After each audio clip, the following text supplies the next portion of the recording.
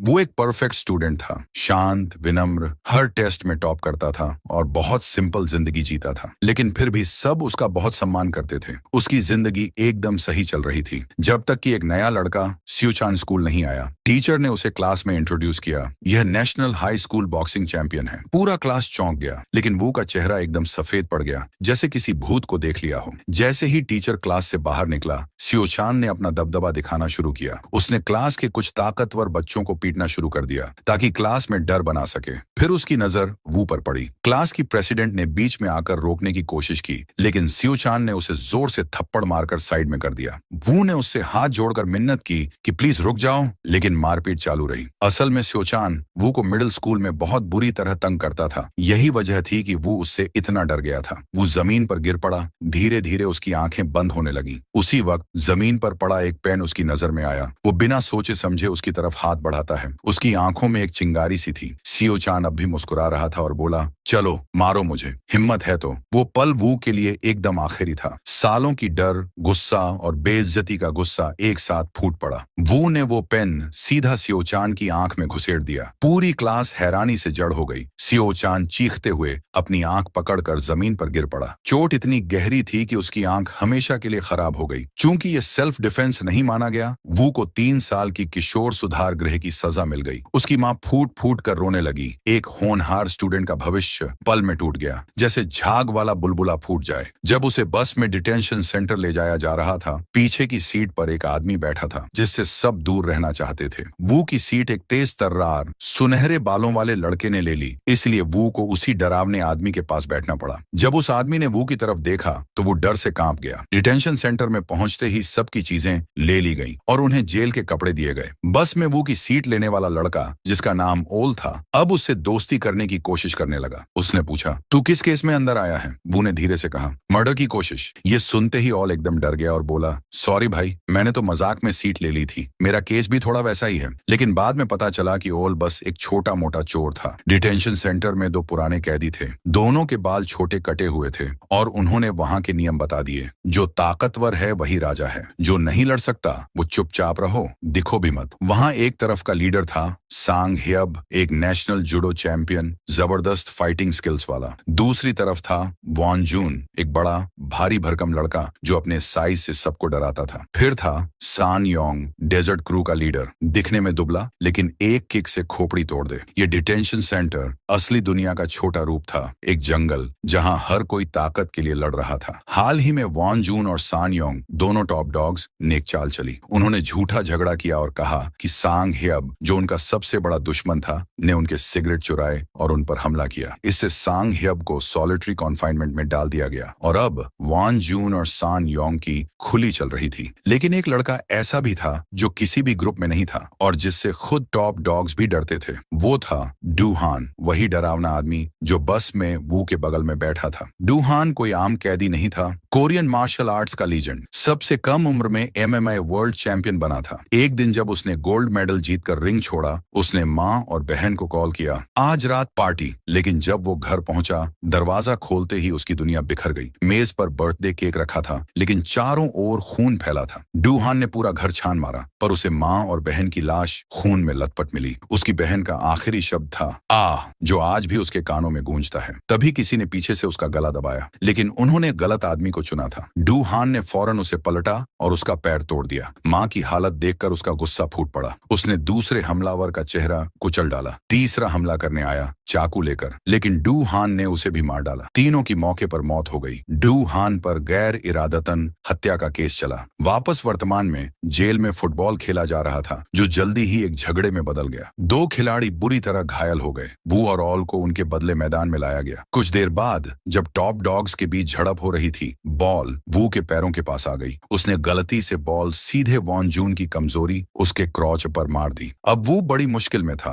Von जून की team ने उसे पकड़कर एक कोने में घसीट लिया। वू के जहन में पुराने जुल्मों की यादें लौट आईं वो यादें जो वो भूलना चाहता था। उसी वक्त उसकी नजर एक जानी पहचानी शख्स पर पड़ी, दिग्गज फाइटर डूहान। वो दौड़ते हुए डूहान के पास आया, जैसे कोई डूबता आदमी तिनके का सहारा ढूंढ रहा हो। प्लीज मेरी मदद करो, उसने गिड़गिड़ाते हुए कहा। उसकी आंखों में विनती थी। डूहान ने बाकी कैदियों को शांत होकर पीछे हटने को कहा। गुस्से में वान जून चिल्लाया, हीरो बनने का नाटक मत कर, तू खुद एक कातिल है। वो झपट पड़ा, लेकिन डूहान ने आसानी से वार को चकमा दिया और चेतावनी देते हुए एक तेज मुक्का जड़ा। दूसरा मुक्का लगते ही वान जून बेहोश हो गया। वो हैरानी से देखता रहा, जैसे किसी सुपर हीरो को टीवी से निकलकर हकीकत में देख रहा हो। लेकिन असल जिंदगी कोई फिल्म नहीं होती। उसी दिन से वान जून ने वू को अपनी हिट लिस्ट में डाल दिया, एक शिकार की तरह। ओनेल, जिसके बगल में वू बैठा था, बस सिर हिलाकर बोला, उससे माफी मांग ले वरना बुरा फंसेगा। कुछ दिन बाद वू से मिलने एक विजिटर आया, सियो चान। अब उसका दायां आंख हमेशा के लिए अंधा था। उसकी पढ़ाई रुक चुकी थी, बॉक्सिंग करियर खत्म हो गया था। वो बोला,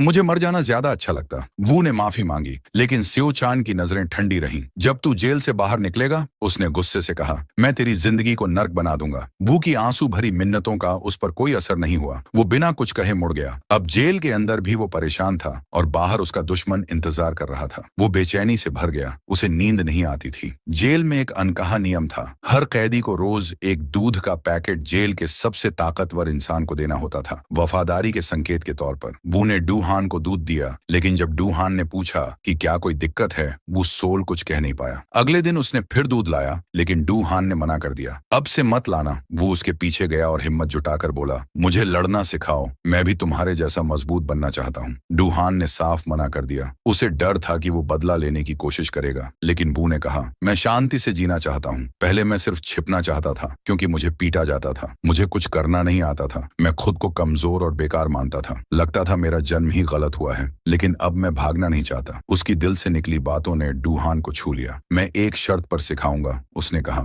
40 मिनट में 100 चक्कर दौड़ो, तभी ट्रेनिंग शुरू होगी। वो सोल, जो किताबों का कीड़ा था और शरीर से बहुत कमजोर था, कुछ ही चक्करों में हांफने लगा। उसकी नजर धुंधली होने लगी, पैर कांपने लगे। 50वें चक्कर तक वह पूरी तरह थक चुका था। पुराने दर्दनाक यादों के सहारे वह खुद को खींचता रहा। 70 तक पहुंच गया, फिर गिर पड़ा, उल्टी कर दी। वो हार मानने ही वाला था, लेकिन एक डरावनी याद फिर से सामने आई। सियोचान ने उसे टॉयलेट न जाने देने पर उसके ही सामने पेशाब करवा दिया था और फिर उसे चाटने के लिए मजबूर किया था। वो लड़खड़ाता हुआ उठ खड़ा हुआ। 40 मिनट पूरे हो चुके थे, लेकिन उसका गुस्सा और दर्द उसे दौड़ाते रहे। आखिरकार उसने आखिरी चक्कर पूरा किया और डूहान की बाहों में गिर पड़ा। डूहान के वार्डन से रिश्ते के कारण वू को उसके साथ सेल में शिफ्ट कर दिया गया। अब डूहान ने उसकी शारीरिक ताकत जांची। वू की हालत खराब थी। 21 पुशअप, 32 सिटअप और 0 पुलअप। डूहान ने कहा, कल से हर दिन एक एक्स्ट्रा दोहराना जोड़ना होगा, वरना वापस अपनी पुरानी सेल में चले जाना। वू ने पूरी ताकत लगाकर एक कमजोर पुलअप किया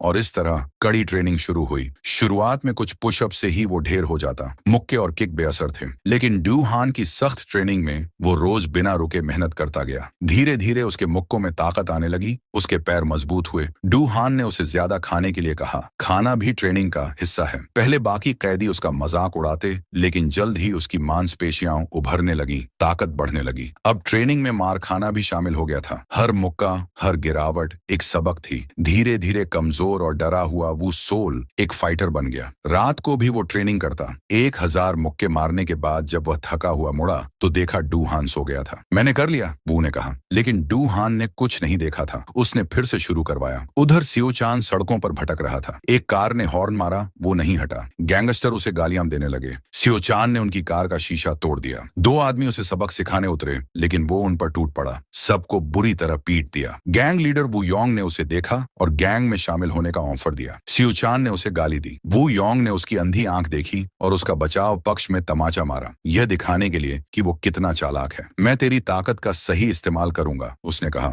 मैं तुझे और भी ताकतवर बनाऊंगा। जेल में वो सोल पढ़ाई करते हुए स्क्वाट्स करता। ऑल हैरान था। क्या तू वान जून से भिड़ने की तैयारी कर रहा है? वू ने कहा, नहीं, मैं अब कमजोर नहीं रहना चाहता। लेकिन फिर बुरी खबर आई। डूहान का ट्रांसफर हो रहा था। 23 साल से ऊपर के कैदियों को वयस्क जेल भेजा जाता था। डूहान ने बस इतना कहा, अब और ज्यादा मेहनत करो, वक्त कम है। उस दिन वू ने देखा कि ऑल को पीटा जा रहा है। उसने बीच बचाव किया। गुंडों ने उसे घेर लिया, लेकिन अब वो पुराना कमजोर लड़का नहीं था। उसने सिर्फ उतनी ही ताकत लगाई जितनी जरूरी थी अपने दोस्त को बचाने के लिए। जल्द ही वान जून के आदमियों ने उसे बुलाया। वो खुद वान जून के सामने पहुंचा। वू सोल ने माफी मांगी, कहा कि उसने अपने दोस्त को बचाने के लिए मारा था। वान जून ने कोई जवाब नहीं दिया, मुक्का मारा। वू ने दूसरा वार चकमा देकर पलटवार किया। वान जून बेहद ताकतवर था, उसके मुक्के हथौड़े जैसे लगते। उसने वू को जमीन पर पटक दिया, लेकिन वू सोल ने वापसी की, सिर पर एक किक मारी, पर असर नहीं हुआ। वान जून ने उसे मारना जारी रखा। जोरदार मुक्के उसके चेहरे पर पड़े। सबको लगा वो हार गया, लेकिन वो फिर से उठ खड़ा हुआ, एक और मुक्का झेला और फिर पूरी ताकत से एक हेडबट मारा। वान जून गिर पड़ा। वू ने मुक्कों की बरसात शुरू कर दी। जितने भी दर्द उसे झेलने पड़े थे, सब लौट आए। तभी डू हान आ गया। उसकी आंखें कह रही थीं, मेरी राह मत अपनाना। दूसरी ओर स्यू चान अब एक निर्दयी भाड़े का गुंडा बन चुका था। वो योंग का दाहिना हाथ। वू ने वान जून को हराया था, लेकिन वो रुका नहीं। डू हान की निगरानी में वो अब भी कठिन ट्रेनिंग करता रहा। एक दिन उसे अच्छा खाना मिला और डू हान के साथ स्पैरिंग का मौका, लेकिन वू ने पूरी ताकत से वार नहीं किया। डू हान गुस्से में बोला, पूरी ताकत से लड़, वरना हार जाएगा। अगले सेशन में वू का मुक्का डू हान के चेहरे से कुछ इंच दूर रुका। डू हान ने कहा, झिझक मत करना। जैसे ही तुझे लगेगा कि तू जीत रहा है, अगर तूने गार्ड नीचे किया, तू हार जाएगा। समझे? ये हमारा आखिरी सेशन है। डू हान अब वयस्क जेल जा रहा था। तेरी सबसे बड़ी ताकत है, तू मुश्किलें सह सकता है। फिर कहा, शार्क के बारे में जानते हो? उनके पास तैरने के लिए एयरबैग नहीं होता। अगर वो रुकती हैं तो डूब जाती हैं। तुझे भी शार्क की तरह जीना है, कभी मत रुकना। उनकी विदाई में ना कोई गले मिलना था, ना आंसू, बस एक छोटी सी मुस्कान। लेकिन वू के दिल में एक बड़ा खालीपन छोड़ गई। अब डू हान के बिना भी वू रोज ट्रेन करता, खुद को हर दिन थोड़ा और धकेलता, जैसे एक छोटी शार्क तैरना सीख रही हो। एक कैदी जिसे हाल ही में रिहा किया गया था, अब सियोचान के लिए काम कर रहा था। वो गर्व से कहता, डू हान ने वू सोल को शार्क बना दिया है। लेकिन अब सियोचान के चेहरे पर गुस्से की जगह एक रहस्यमयी चुप्पी थी। सियोचान बस मुस्कुराया और उसे आगे बढ़ने का इशारा किया। जेल में इससे पहले कि वो सोल पूरी तरह से डू हियन के जाने को समझ पाता, सान योंग ने उसे एक लड़ाई के लिए ललकारा। शर्त थी, जो हारेगा वह अपनी सजा की बाकी अवधि तक जीतने वाले की सेवा करेगा। वो सोल को अपनी स्थिति की कोई परवाह नहीं थी। उसने एक शर्त पर लड़ाई के लिए हामी भर दी। सान योंग को कमजोर कैदियों को तंग करना बंद करना होगा। सान योंग ने मना कर दिया और उसे चेतावनी देते हुए एक किक मारी। जब वो सोल अपने पुराने सेल ब्लॉक में लौटा तो उसकी मुलाकात सांग हायो से हुई, जो हाल ही में एकांत कारावास से बाहर आया था। मेरी जगह लेने की कोशिश कर रहा है, सांग हायो ने उसे चुनौती दी। वो सोल ने अप्रत्याशित जवाब दिया, दिलचस्पी नहीं है।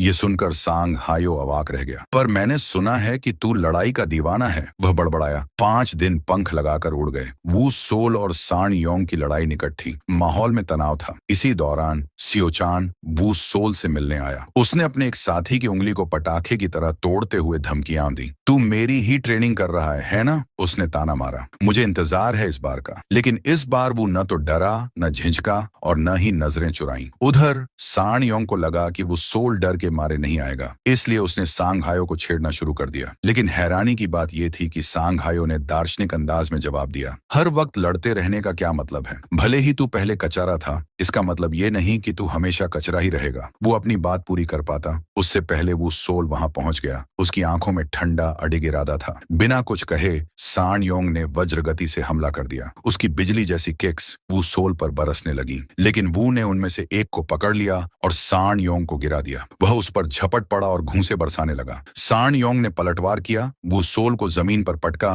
और चेहरे पर जोरदार किक मारी। सबको लगा कि लड़ाई खत्म हो चुकी है, लेकिन वो सोल डगमगाते हुए उठ खड़ा हुआ। वो कोई बड़ा फाइटर नहीं था, लेकिन उसमें जबरदस्त संघर्षशीलता थी। उसने एक किक रोकी और सान योंग की जांग पर घूंसे बरसाए, जिससे वह दर्द से चिल्ला उठा। फिर वो सोल ने छलांग लगाई और उसे चौक होल्ड में ले लिया। अपनी टांगें कसकर उसके चारों ओर लपेट लीं ताकि वह भाग न सके। देखने वालों को डर था कि वह सान योंग को मार ही डालेगा, लेकिन तभी एक गार्ड आ गया और वो ने उसे छोड़ दिया। उसे तुरंत एकांत कारावास में डाल दिया गया, लेकिन वह वहां भी ट्रेनिंग करता रहा, क्योंकि असली लड़ाई अभी बाकी थी। इस लड़ाई के बाद जेल के बड़े खिलाड़ी समझ गए कि वो सोल अब सच में शार्क बन रहा है। अब उसे छेड़ना मतलब खुद को मुसीबत में डालना। जेल में लड़ाई बंद हो गई और एक अजीब सी शांति छा गई। सभी ने वो सोल का सम्मान करना शुरू कर दिया। सबको लगा था वह हार जाएगा, लेकिन उसने संघर्ष करके जीत हासिल की। तू वाकई में जबरदस्त है, सान योंग ने स्वीकार किया। यहाँ तक कि सान योंग और वान जुन भी अब वू सोल के दोस्त बन गए। जेल की सांझी तकलीफों से एकजुट, अच्छे व्यवहार के कारण वू सोल को समय से पहले रिहा कर दिया गया। रिहा होने से पहले उसने वार्डन से इजाजत मांगी कि वह उस मैदान में एक बार जाए जहां उसने डू हियन के साथ ट्रेनिंग की थी। वह वहां गया, चुपचाप अपने गुरु को धन्यवाद दिया और उन अविस्मरणीय दिनों को याद किया। अपना पुराना स्कूल यूनिफॉर्म पहनकर बाहर निकला ही था कि उसका पुराना दुश्मन सियो चान सामने आ गया। बहुप्रतीक्षित मुकाबला शुरू हो गया। शुरू से ही वो सोल को पंचिंग बैग की तरह पीटा जा रहा था। सियो चान अब स्कूल का बुली नहीं, एक सीजन्ड स्ट्रीट फाइटर बन चुका था। वह वार पे वार करता गया और वह सोल को उसकी माँ की बेइज्जती याद दिलाकर ताने मारता गया। कैसे वो कुत्ते की तरह रहम की भीख मांग रही थी। जब वो ने एक पंच मारा तो सियो चान बौखला गया। घूंसे, घुटने और आखिरी में एक हैमकर से वार कर दिया। जैसे ही वो गिरा उसे डू हियन की बात याद आई। शार्क कभी रुकती नहीं। उसका फाइटिंग स्पिरिट दोबारा जाग उठा। वह खड़ा हुआ और पलटवार करने लगा। फिर उसने कॉर्कस्क्रू पंच लगाया, एक आत्मरक्षा की तकनीक जो डू हियन ने सिखाई थी। वो सीधा सियो चान की बाईं आंख पर पड़ा। सियो चान गुस्से से दहाड़ा, लेकिन वू ने उसे नीचे गिरा दिया। दोनों थक चुके थे। अब ये एक धैर्य की लड़ाई बन चुकी थी। सियो चान की इच्छा शक्ति वो सोल की दृढ़ता के सामने टिक न सकी। आखिरकार उसने हार मान ली। वो सोल चुपचाप वहां से चला गया, जबकि सियो चान हार की जलन में सुलगता रह गया। रिकवर करने के बाद वो की पहली मंजिल थी जेल डू हियन से मिलने। डू हियन उसे देखकर खुश हुआ, लेकिन वो के मन में एक सवाल था। क्या तुमने कभी सच में शार्क देखी है? हाँ, टीवी पर, डू हियन बोला। मैं एक्वेरियम गया था शार्क देखने, वो ने कहा। और तुम जानते हो क्या? वो मुश्किल से हिल रही थी। तुमने कहा था शार्क हमेशा तैरती रहती है, यहाँ तक कि नींद में भी, बट मैंने तो उन्हें आराम करते देखा। सच में? अजीब है, डू हियन ने कहा हैरानी से। 3 महीने पहले सियो चान से हुई लड़ाई के बाद जेल से बाहर की जिंदगी वो सोल के लिए आसान नहीं थी। जो लोग जेल से छूटते हैं उन्हें समाज में भेदभाव और नफरत का सामना करना पड़ता है। वो सोल और उसके जेल के दोस्त एक दूसरे का सहारा बनकर रह रहे थे। वो सोल अब भी रोजाना ट्रेनिंग कर रहा था। सान योंग ने एक पिज्जा डिलीवरी का बिजनेस शुरू किया। वॉन जून कंस्ट्रक्शन का काम करता था और साथ में जीएडी की पढ़ाई कर रहा था ताकि कॉलेज जा सके। सांग ह्यब फिर से अपनी जूडो ट्रेनिंग में लग गया था। उन्होंने तय किया था कि वो कभी हार नहीं मानेंगे। वो सभी अपने बीते हुए कल के बदनाम इतिहास को पीछे छोड़कर आगे बढ़ने का इरादा कर चुके थे। वो सोल डूहान से मिलने गया और उसने एक अच्छी खबर दी। उसे एक जिम में काम मिल गया था। काम तो छोटा मोटा था, लेकिन रहने और खाने की सुविधा फ्री में मिल रही थी, जिससे उसका किराया बच रहा था। वो कड़ी मेहनत कर रहा था, एक फाइटर बनने का सपना लिए। उसे पता था ये रास्ता आसान नहीं होगा, लेकिन शार्क कभी तैरना नहीं छोड़ती। डूहान चिंतित था। वो सोल अभी भी युवा और अनुभवहीन था और बाहर सियो चान जैसा खतरनाक दुश्मन भी था। डूहान ने उसे समझाया, अपने जज्बातों को अपने फैसले पर हावी मत होने देना। मेहनत करो, मैं तुम्हारे साथ हूँ। जिम में वो सोल फर्श साफ कर रहा था, तभी एक घमंडी गोरे बालों वाला फाइटर आया। उसकी लड़ने की शैली बहुत खतरनाक थी और वो ऐसे लड़ता था जैसे सामने वाले को मार ही देगा। सभी स्पैरिंग पार्टनर उससे डरकर भाग चुके थे। थक हार कर ट्रेनर ने वो सोल की ओर इशारा किया। वो फाइटर हंसते हुए बोला, तू बनेगा मेरा पंचिंग बैग? अगर तू किसी प्रो फाइटर को हरा दे तो शायद तुझे प्रमोट कर देंगे। वो सोल जैसे ही रिंग में घुसा, वो सोल ने उसकी पहली जोरदार चाल से बचाव किया। ट्रेनरों ने उसे सुरक्षा घेर दिया, लेकिन उसने सिर्फ ग्लव्स लिए और बाकी सब मना कर दिया। फाइटर गुस्से में पागल हो गया और जबरदस्त हमले करने लगा। शुरू में वो सोल ने डिफेंस पर ध्यान दिया और मार झेली, लेकिन फिर एक मौका देखकर उसने जवाबी हमला किया। उसके घूंसे जोरदार थे और पूरी जिम चुप हो गई। वो फाइटर दर्द में चिल्ला उठा। उसे उसी रात एक बड़ा मैच लड़ना था। जिम मालिक बहुत गुस्से में था। उसने वो सोल को जमकर डांटा और सांग ह्यब को कहा कि उसे फौरन निकाल दो। असल में वो फाइटर सांग वूल एक गैर कानूनी फाइटिंग रिंग FOG में भाग लेता था। इस रिंग की फाइट्स एक प्राइवेट ऐप पर लाइव दिखाई जाती थी और वहां केवल VIP लोग ही आकर दांव लगाते थे। दोपहर की फाइट खत्म हो चुकी थी और अब मेन इवेंट में सांग वूल की फाइट होनी थी, लेकिन उसकी कलाई घायल थी और वो गायब हो गया था। स्टाफ घबरा गया और मालिक को खबर दी। तभी एक अनाउंसमेंट हुआ, सांग वूल की जगह एक स्पेशल फाइटर लड़ाई करेगा। सभी पुराने दांव रद्द कर दिए गए और एक नई पेशकश दी गई। जो भी दांव लगाएगा उसे 10 गुना मिलेगा, चाहे नतीजा कुछ भी हो। वो विशालकाय फाइटर जो सांग वूल का विरोधी था डर गया। उसे नहीं पता था कि सामने कौन आएगा। फिर मिस्ट्री फाइटर सामने आया, वू योंग, FOG का असली मास्टरमाइंड और वही इंसान जिसने सियो चान को भर्ती किया था। वू योंग का नाम सुनते ही सभी हैरान रह गए। फेयरनेस बनाए रखने के लिए एक नया नियम आया, अगर वो विशाल फाइटर 30 सेकंड तक टिक गया तो वो जीत जाएगा। फिर भी ज्यादातर लोग वू योंग पर दांव लगाने लगे। वू योंग रिंग में गया और उस फाइटर को बोला, चिंता मत कर, मैं तेरे सारे कर्ज चुका दूंगा। फाइट शुरू हुई। पहले एक जोरदार मुक्का उसकी पसलियों पर, फिर 2 घूमते हुए किक उसके चेहरे पर और फिर एक जोरदार हथौड़ा जैसा पंच। वो फाइटर 10 सेकंड में गिर गया, लेकिन वो योंग रुका नहीं। उसने कहा, अभी 20 सेकंड बाकी हैं। अगली सुबह वो सोल ने देखा कि वान जून उदास होकर एक लंगड़े आदमी को पैसे लौटा रहा था। असल में जेल से पहले वान जून एक कर्ज वसूलने वाला था। उसने किसी को इतना तंग किया था कि वो इंसान बिल्डिंग से कूद गया और उसकी टांग टूट गई। वान जून को बहुत पछतावा था, पर अब कुछ नहीं कर सकता था। उसी दिन वू सोल अपने पुराने जेल दोस्तों से मिला। सांग ही अब नहीं आ सका। वान जून अब भी दुखी था, लेकिन वो सोल की पॉजिटिव सोच से उसका मूड थोड़ा बेहतर हो गया। सान योंग और वान जून आपस में झगड़ने लगे, क्योंकि वान जून अक्सर सान योंग के पिज्जा शॉप में बिना पैसे दिए पिज्जा खा जाता था। झगड़े में सान योंग ने बता दिया कि वान जून की छोटी बहन बहुत खूबसूरत है। फिर दोनों ने वू सोल से पूछा, हम में से ज्यादा हैंडसम कौन है? वू सोल ने कूटनीति से जवाब दिया, तुम दोनों ही अपने अपने तरीके से अच्छे दिखते हो। तभी वू सोल का सिर दर्द करने लगा। वहीं उसकी बचपन की दोस्त जिही आ गई, जो वान जून की ट्यूटर भी थी। उसने एक ही घूंट में अपनी ड्रिंक खत्म की। फिर चारों दोस्तों ने मिलकर खुशी में टोस्ट किया। सान योंग ने देखा कि वू सोल प्यार से जिही को देख रहा था। फिर बाद में अचानक वो योंग ने अपनी कार रोकी और गुस्से में सड़क पार कर सान योंग की पिज्जा शॉप में घुस गया। वो योंग ने वू सोल से कहा, मुझसे लड़ो। फिर हमें 3 घंटे पहले का सीन दिखाया जाता है। वो योंग ने अपने आदमियों को आदेश दिया था कि सांग वूल उसकी गर्लफ्रेंड और मैनेजर को एक बड़ी यॉट पर ले जाओ। जब वो योंग स्पीड बोट से वहां पहुंचा तो तीनों पहले से घुटनों पर बैठे थे। चेहरों पर डर और चोटें साफ थीं। सांग वूल डरा हुआ कांप रहा था। वो योंग ने पूछा, मुझे बताया गया है कि तू कलाई की चोट के कारण फाइट छोड़कर भाग गया। ये चोट किसने दी? सांग वूल बोला, एक सफाई कर्मचारी। वू सोल सांग वूल लड़खड़ाते हुए बोला, एक सफाई कर्मचारी, कोई फाइटर नहीं। वू योंग ने भौहें उठाई। चिंता मत करो, आज रात की फाइट हो जाएगी। सांग वूल ने राहत की सांस ली और वादा किया कि ऐसा दोबारा नहीं होगा। वू योंग का चेहरा सख्त हो गया। अब अगली बार नहीं होगी, उसने ठंडे स्वर में कहा। वू योंग ने सांग वूल की गर्लफ्रेंड और उसके मैनेजर की ओर देखा। अगर तुम्हें अपनी जान किसी के हाथ में सौंपनी हो तो किस पर भरोसा करोगे? सांग वूल ने अपने मैनेजर को चुना। वो मेरे भाई जैसा है, उसने समझाया। असल में कजिन है।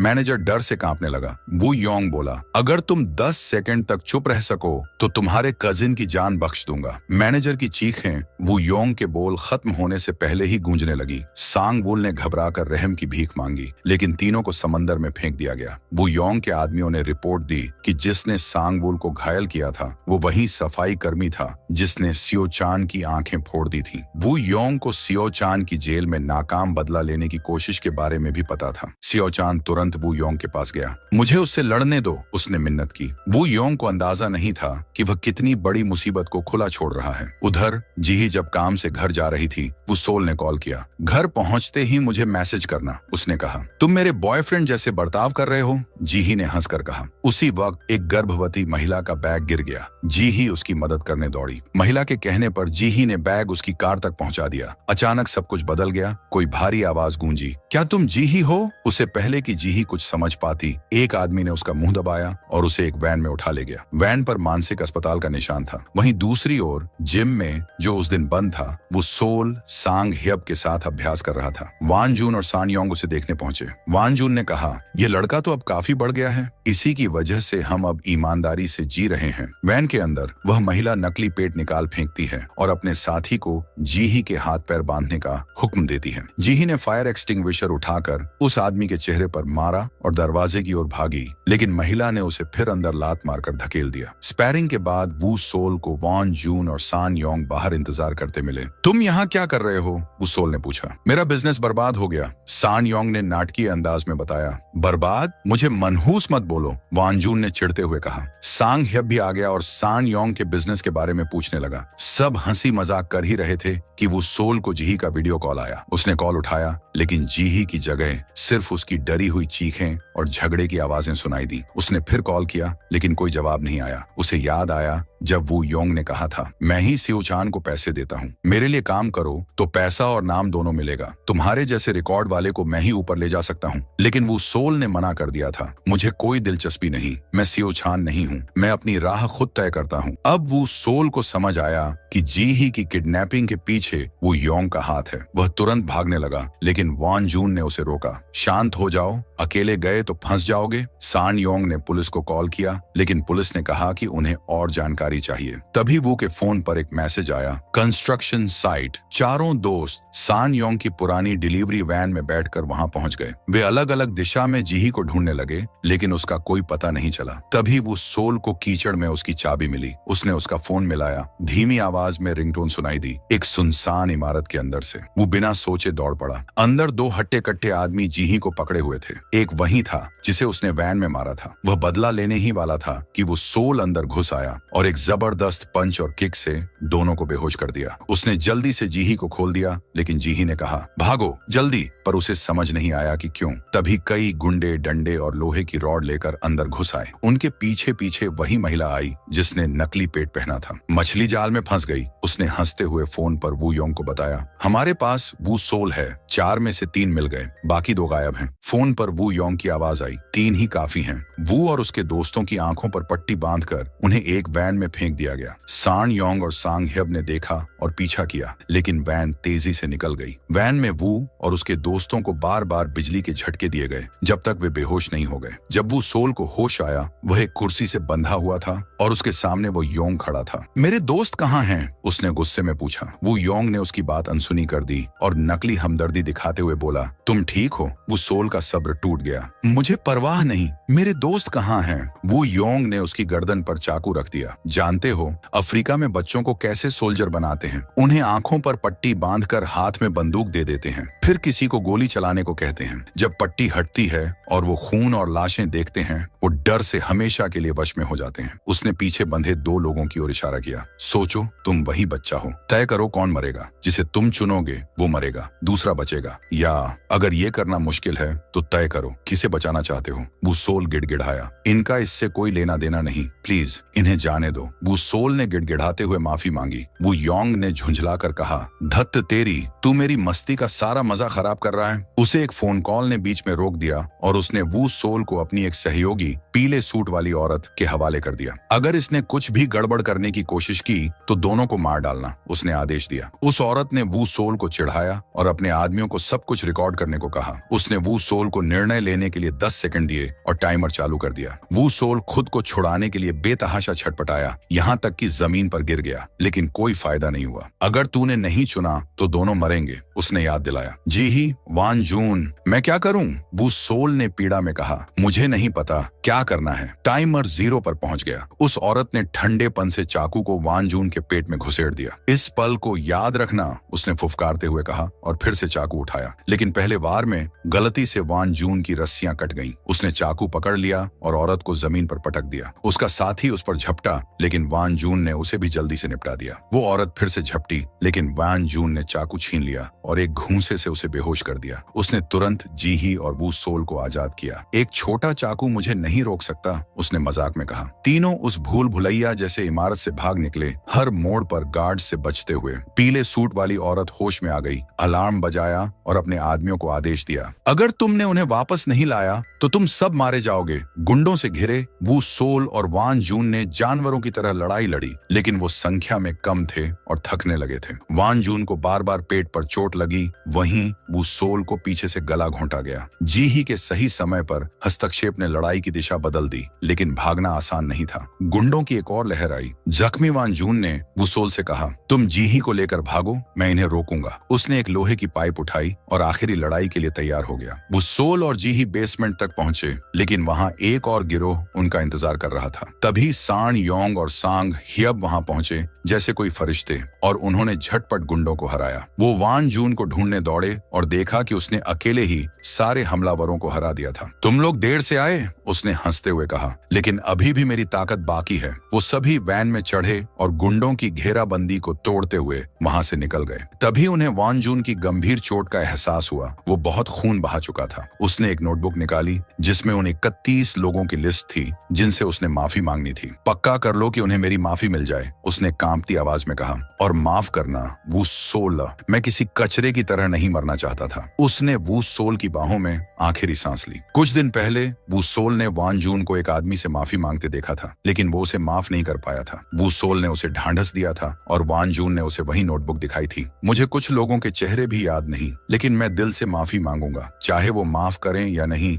वो उनका फैसला है। शायद उन्हें भी वक्त लगे जैसे मुझे लगा। थैंक्स वो सोल, तुमने मुझे हिम्मत दी। फिर दोनों अपनी पुरानी मस्ती में लग गए थे। अब वो सब एक याद बन चुका था। वू सोल वान जून की तस्वीर के सामने खड़ा था, खुद को दोषी मानते हुए। तभी एक लड़की दौड़ती हुई आई और उसे जोर से थप्पड़ मारा। तू वो सोल है, वो चीखी। जब वान जून मरा, तू कहाँ था हरामी? वो क्यों मर गया और तू क्यों जिंदा है? उसे वापस ला। वो थी वान जून की छोटी बहन यान जिन। वो सोल घुटनों पर गिर गया, माफी मांगते हुए। उसे किसी के कुछ कहने की जरूरत नहीं थी, वो पहले ही खुद को दोष दे रहा था। यान जिन वान जून की तस्वीर के सामने रोती रही और उसे कोसती रही। वो सोल खुद को माफ नहीं कर पा रहा था। मुझे मना नहीं करना चाहिए था, वो बड़बड़ाया। मुझे उनके लिए काम करना चाहिए था। अगर मैं करता तो वान जून आज जिंदा होता। मैंने उसे मारा है, मुझे मरना चाहिए था। सान योंग ने गुस्से में कहा, ये तेरी गलती नहीं है। वान जून ने खुद कहा था, तू पहला इंसान था जिसने उसे इंसान जैसा महसूस कराया। तू ही था जिसने उसे जीईडी की पढ़ाई करने की प्रेरणा दी। अगर तू खुद को दोष देता रहा तो वो शांति से कैसे रह पाएगा? यान जिन चुपचाप सुनती रही।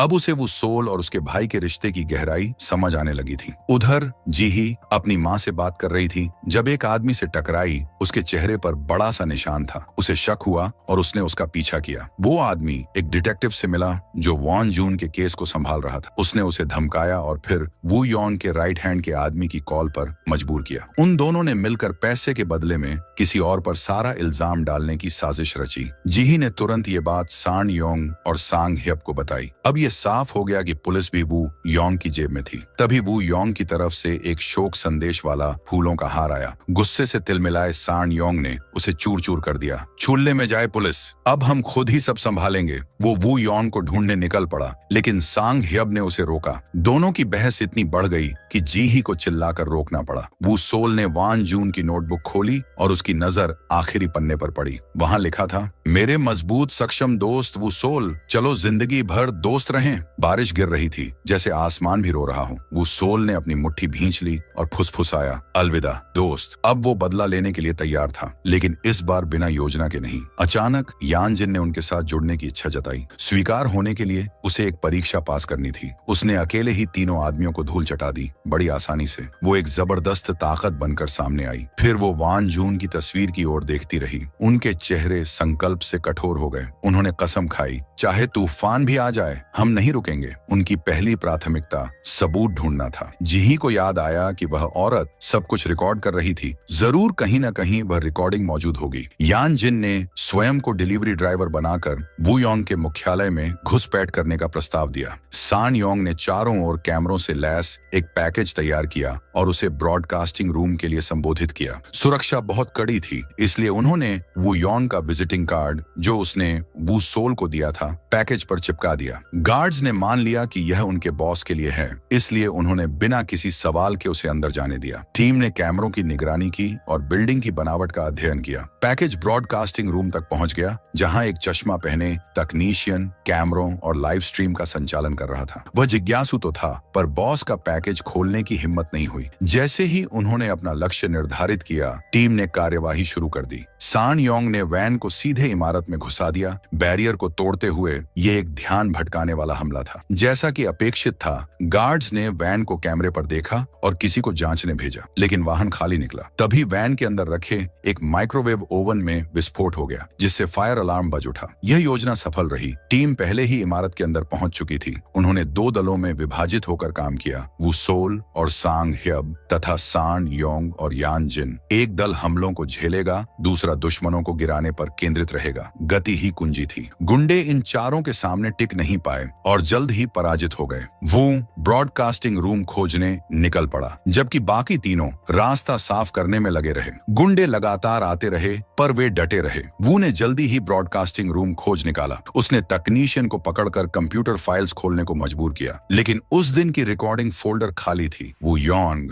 अपने मॉनिटरों पर सब कुछ देख रहा था। उसके चेहरे पर एक घमंडी मुस्कान थी। सब उसकी योजना के अनुसार हो रहा था। उसने पीली पोशाक वाली औरत और उसके आदमियों को जांच के लिए भेजा। जब वो सोल लौटा, टीम ने अधिकतर गार्ड्स को हरा दिया था। तभी वो योंग ने उस दिन का वीडियो चला दिया, जिसमें वह दया की गुहार लगाता दिखा और वह क्षण जब महिला ने वान जून को चाकू मारा। यह देख टीम का खून खौल उठा। उसी समय पीली पोशाक वाली महिला अपने साथियों के साथ वहां आ धमकी। वो सोल, वह चिढ़ाते हुए बोली, तुम कैमरे पर अच्छे लगते हो। उसने लिफ्ट की ओर इशारा किया। अगर फुटेज चाहिए तो चले जाओ। उसके आदमियों ने वो सोल को रास्ता दे दिया। वो सोल बिना झिझक लिफ्ट में चढ़ गया। उसे पता था वह क्या चाहती है। वो सोल के जाने के बाद कैनन ने अपने आदमियों को पार्किंग खाली करवाने भेजा और खुद वह चेहरा कटा आदमी और पीली औरत अंदर के हमलावरों से निपटने लगे। यान जिन ने जैसे ही महिला को देखा उसे पहचान लिया, वही जिसने उसके भाई को मारा था। यान ने उसे जोरदार मुक्का मारा, उसकी नाक तोड़ दी। सांग हेब ने कैनन का सामना किया और सान योंग ने चेहरा कटे आदमी से लड़ाई शुरू की। उधर वो सोल ने अपनी कलाई की पट्टियां हटा दी,